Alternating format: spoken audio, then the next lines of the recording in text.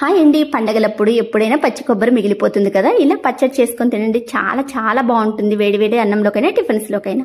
నేను 2 చిప్పల పచ్చి కొబ్బరిని తీసుకున్నాను. దానికి క్వాంటిటీగా ఎండుమిర్చిని కూడా తీసుకున్నాను. మినపప్పు, ధనియాలు, జీలకర్ర ఈ విధంగా వేయించుకుని పక్కన పెట్టేసుకున్నాను. అదే బండిల్లో ఎండుమిర్చిని వేసుకుని బాగా ఫ్రై చేసుకుని పక్కనైతే పెట్టేసుకోవాలి. ఇప్పుడు మిక్సీ జార్లో మనం వేయించి పెట్టుకున్న మినపప్పు, ధనియాలు, జీలకర్ర, తగినంత ఉప్పు వేసుకుని బాగా గ్రైండ్ చేసుకోవాలి. తర్వాత మనం తీసి పెట్టుకున్న పచ్చి కొబ్బరిని వేసుకుని కూడా గ్రైండ్ చేసుకోవాలి.